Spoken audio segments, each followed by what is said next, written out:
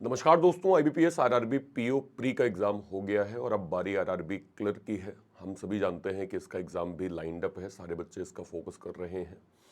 बहुत सारे बच्चों का ये सवाल है कि सर एक एक्सपेक्टेड कट ऑफ जो है वो क्या हो सकती है। वैसे तो हमने एक इसका शॉर्ट वीडियो किया है, बट एक और मैं आपको बहुत क्लैरिटी दे देता हूँ। जो बच्चे जो हैं वो अलग अलग स्टेट से हैं, जिनका अटेम्प्ट कम है, जिनके पेपर का लेवल काफ़ी ज़्यादा था, उनका ये लगातार सवाल है कि सर एक ऐसा कट ऑफ नंबर क्या हो सकता है जिससे हम जो है वो मेंस लेवल की तैयारी कर सकें। चलिए मैं आपको बिना देरी के कुछ तथ्य, कुछ फैक्ट बता देता हूँ जिससे आपको चीज़ें जो है वो बहुत अच्छे से क्लियर हो। आपको याद होगा हमने एग्जाम एनालिसिस किया था, जहां पे हमने चारों शिफ्ट को डिटेल में बताया था और मैंने एक अलग से वीडियो करके सभी शिफ्ट के बारे में थोड़ा सा बताया भी था। देखिए 3 तारीख को जो एग्जाम हुआ था, आप इन चारों शिफ्ट को देखिए। पहला जो शिफ्ट था वो एक, उसको आप गुड कह सकते हैं कि हाँ यार इसमें अटेम्प्ट्स हमें अच्छे देखने को मिल रहे थे। लेकिन जब सेकंड और थर्ड शिफ्ट की बारी आई तो यहाँ पे मैथ्स का लेवल इतना ज़्यादा हो गया, इवन कई बच्चे तो 50% तक का जो आंकड़ा होता है उसको भी नहीं पूरा कर पाए। आप सोचिए, अटेम्प्ट 14 थे, 15 थे, 16 थे, 17 थे, ऐसे अटेम्प्ट सेकंड और थर्ड शिफ्ट में जा रहे थे। और इसका एक बड़ा कारण यह है कि भाई पेपर थोड़ा लेंदी आ गया था, पेपर लेवल का आ गया था। जब हम लास्ट शिफ्ट की बात किए 3 तारीख में, तो 3 तारीख में यह था कि चलो यार पेपर का पैटर्न अच्छा आ गया है, अटेम्प्ट्स अच्छे हो रहे हैं, चाहे वो मैथ्स हो या फिर रीजनिंग हो। रीजनिंग में तो काफ़ी अच्छे हो रहे थे, मैथ्स में भी ठीक ठीक अटेम्प्ट्स हमें 3 तारीख को लास्ट शिफ्ट में देखने को मिला। फिर अगर हम बात करें 4 तारीख की, तो 4 तारीख की अगर हम देखें तो पहला शिफ्ट जो है वो थोड़ा रीजनिंग के मामले में खतरनाक आया था।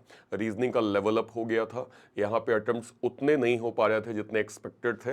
बाकी अगर मैं सेकंड और थर्ड शिफ्ट की बात करूं, सेकंड में हमने क्वांट्स के अटेम्प्ट्स अच्छे देखने को मिले, और थर्ड अगेन हम कहेंगे कि यस, अगर मैं जो है वो अटेम्प्ट्स की बात करूं उसके अकॉर्डिंग आपका पेपर जो है वो ठीक गया था। तो मैं ओवरऑल अगर समराइज करूं इन सातों शिफ्ट्स को, तो आप पेपर का पैटर्न इजी टू मॉडरेट कह सकते हैं। क्योंकि अगर 7 शिफ्ट में 4 शिफ्ट 3 शिफ्ट ऐसी थी जिसमें कभी क्वांट हाई चला गया, कभी रीजनिंग हाई चली गई, तो आप ओवरऑल कह सकते हैं कि हाँ भाई इसमें मॉडरेट लेवल थोड़ा सा ये पैटर्न ज़्यादा था।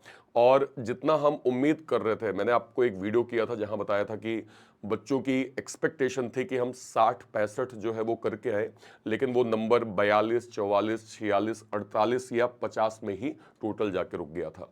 और हमने किसका स्टूडेंट पोल भी करवाया था। जब एग्जाम हुआ तो हमने एक स्टूडेंट पोल भी करवाया, जिसमें हमने ये देखा कि भाई बच्चों के एवरेज जो है वो अटेम्प्ट्स कितने हो रहे हैं या एवरेज वो कितना करके आए हैं। तो जो एक पोल का रिजल्ट है, मतलब एक एवरेज नंबर मैं आपको बता रहा हूं, वो 49 टू 58 के आसपास हमने बच्चों के नंबर देखे हैं। मतलब इस रेंज में हमें ज्यादा बच्चों के अटेम्प्ट्स हैं, चाहे वो फिर आपका टारगेट भले 60 ही क्यों ना हो, 65 क्यों ना हो, पर हमने देखा कि बच्चों ने केवल 50 ही किया, बच्चों ने केवल जो है वो 49 ही किया। इस तरह से एवरेज मार्क्स भी हमें देखने को मिले थे। अब एक पॉइंट ये है कि जब आप कट ऑफ की बात करते हैं तो कट ऑफ के देखिए 2-3 फैक्टर होते हैं। क्या क्या होता है? पहला होता है वैकेंसी की, उस जो है वो ईयर में वैकेंसी कितनी थी। सेकंड कि भाई एग्जाम लेवल, जैसे हमने आपको बताया 7 शिफ्ट थी जिसमें 3 से 4 शिफ्ट का लेवल काफी हाई हो गया था, राइट। और तीसरा होता है नॉर्मलाइजेशन। जब पेपर का पैटर्न, अगर मान लीजिए 7 शिफ्ट है, 4 शिफ्ट हाई हो गई, 3 शिफ्ट इजी रह गई, तो ये 100% तय हो जाता है कि नॉर्मलाइजेशन की प्रोसेस होगी और एक ऐसा एक्यूरेट मार्क्स लिया जाएगा ताकि जिनके मार्क्स कम भी हैं उनको भी ज्यादा प्रॉब्लम ना हो। अब देखिए इन तीनों फैक्टर्स की अगर मैं बात करूं, सबसे पहले अगर मैं वैकेंसी की बात करूं तो नो डाउट वैकेंसी इस साल ज्यादा आई है, वैकेंसी इस साल ज़्यादा आई हैं। और अगर हम थोड़ा बहुत एक आध दो बैंक का और देखें, जैसे बैंक ऑफ बड़ौदा का, इनमें अभी और वैकेंसी जो है वो रिपोर्ट की गई हैं। अगर ये वैकेंसी क्लियर होती हैं तो आप यकीन माने कि आपका जो कट ऑफ है वो थोड़ा नीचे जाने वाला है। दूसरी चीज़, एग्जाम का लेवल इतना भी इजी नहीं था कि आप ये कहें कि जो जो कट ऑफ के नंबर हैं वो ऊपर चले जाएंगे। तो एक तो पेपर का पैटर्न इजी टू मॉडरेट था, दूसरा हमें वैकेंसी इस बार ऑलरेडी एक्स्ट्रा मिली है और कुछ जगह अभी रिपोर्ट भी की गई हैं। अगर उसमें और क्लैरिटी होती है तो आपका जो कट ऑफ का नंबर है वो ओवरऑल जो है वो थोड़ा नीचे जाने वाला है। इस चीज को आप एक्सेप्ट कर दीजिए। अब एक सवाल ये है कि सर हमें एक ऐसा आंकड़ा बता दीजिए जिसके बिहाफ में हम यहाँ पे तैयारी जो है वो अपनी मेंस की करना स्टार्ट करें। तो देखिए एक जो एवरेज, अगर मैं सभी डेटा को देख के आपके लिए कट ऑफ यहाँ पे बोलूं, तो मैं ये कह सकता हूं कि अगर आपके अटेम्प्ट जो हैं वो लेस है, अगर आपने कम अटेम्प्ट भी किए हैं तो भी आपको परेशान नहीं होना है, क्योंकि ओवरऑल पेपर का लेवल जैसे मैंने कहा इजी टू मॉडरेट या सम हाउ आप मॉडरेट कह सकते हैं। तो इस क्या कहते हैं संदर्भ में, प्लस अगर मैं जो है वो वैकेंसीज के नंबर देखूं उसके बिहाफ में कट ऑफ के नंबर थोड़े कम जाने वाले हैं।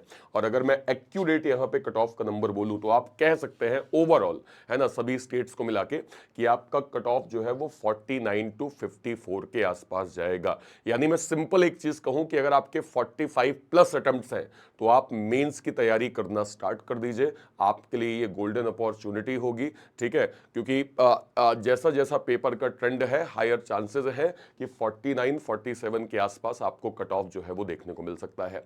अब सबसे इंपॉर्टेंट चीज ये है कि यहां से आपको मेंस की तैयारी भी करनी स्टार्ट करनी है। देखिए अभी आपके सामने कई सारे प्रीलिम्स के एग्जाम लगे हुए हैं, आईबीपीएस क्लर्क है, आईबीपीएस पीओ है ना, आरआरबी क्लर्क तो हम देख ही रहे हैं।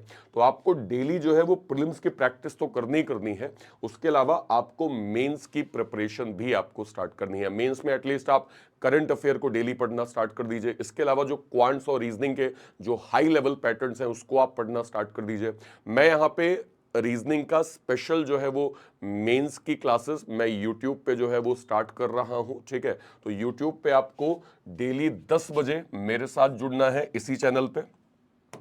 आप डेली 10 बजे मेरे साथ इसी चैनल पे जुड़ सकते हैं और डेली 12 बजे भी आप मेरे साथ इसी चैनल पे जुड़ सकते हैं, जहां पे हम लोग कंप्लीट जो है वो प्री और मेंस की और साथ में मेंस की भी स्टडी हम लोग यहाँ पे प्रॉपर कंडक्ट करवाएंगे, ठीक है।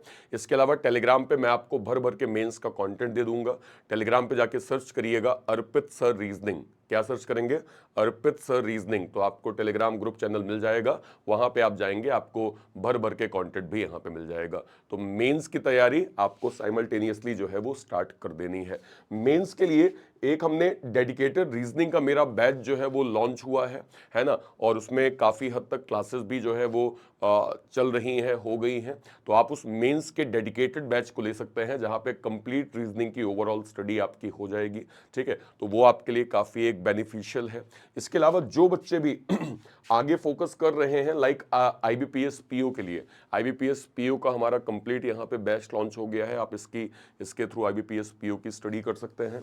और ये हमने कुछ स्पेशल बैचेस जिसमें आईबीपीएस क्लर्क का है, आरबीआई ग्रेड बी का है, आईबीपीएस पीओ का है और मेंस का बैच है, ये आप लोगों के लिए कंप्लीट है। इसके अलावा बुक्स का कलेक्शन भी आपकी स्टडी के लिए प्रॉपर प्रोवाइड किया जा रहा है। और लास्ट नॉट द लीस्ट आपको जो है वो all in one pass mock test भी प्रॉपर दिया जा रहा है। तो अपनी स्टडी प्रॉपर कंटिन्यू रखें, है ना। और अभी आगे बैक टू बैक एग्जाम्स आपके लगे हुए हैं। कहीं भी कोई डाउट होता है वीडियो के कमेंट सेक्शन में अपनी बात आप जरूर रखिएगा। टिल देन, जय हिंद, जय भारत, थैंक यू।